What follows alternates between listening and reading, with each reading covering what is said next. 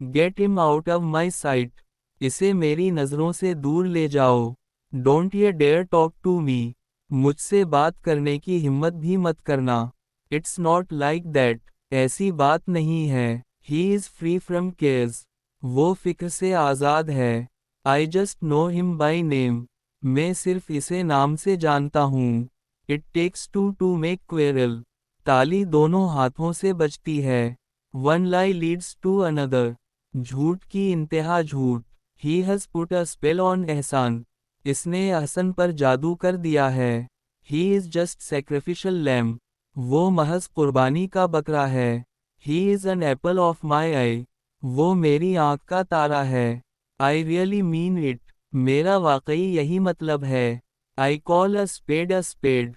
मैं बिल्कुल साफ साफ बोलता हूँ। I take my words back. मैं अपने अल्फाज वापस लेता हूँ। Don't write anything on your books.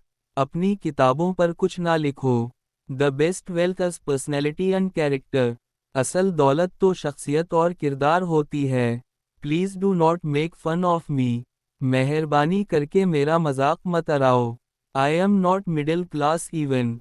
मेरा ताल्लुक तो दरमियाने दर्जे से भी नहीं। I shall be with you within an hour. मैं 1 घंटे में तुम्हारे पास पहुंच जाऊंगा। Where would I be able to get it from.